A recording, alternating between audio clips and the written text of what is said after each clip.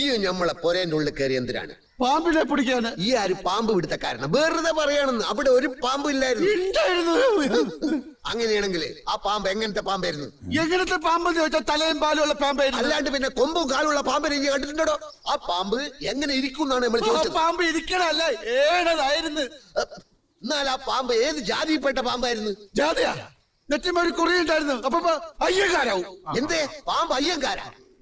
തർക്കം വെക്കാണ്ട കാര്യം പറയുങ്ങള്. ചോദിക്കണ ചോദ്യം ശരിയായിട്ട് ചോദിക്കാൻ പറയും. ബസയുള്ള പാമ്പായിരുന്ന ബസ ഇല്ലാത്ത പാമ്പായിരുന്ന? കടിച്ചാലല്ലേ അറിയൂ.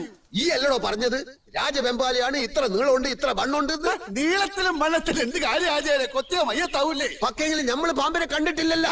കാഴ്ചകളായി പോയി നോക്കി. നമ്മളെ പൊരയില് നമ്മള് പാമ്പിനെ കണ്ടിട്ടില്ല എന്നാ പറഞ്ഞത്. പോയി കാണും. അങ്ങനെ തോന്നുമ്പോ വരാനും പോവാനും നമ്മളെ പൊരയും പറമ്പും പാമ്പിന് പറിച്ചു കൊടുക്കണ. പാമ്പിന്റെ ഇഷ്ടല്ലേ? നമ്മളെ പൊരയില് പാമ്പ് കേറിയിട്ടില്ല.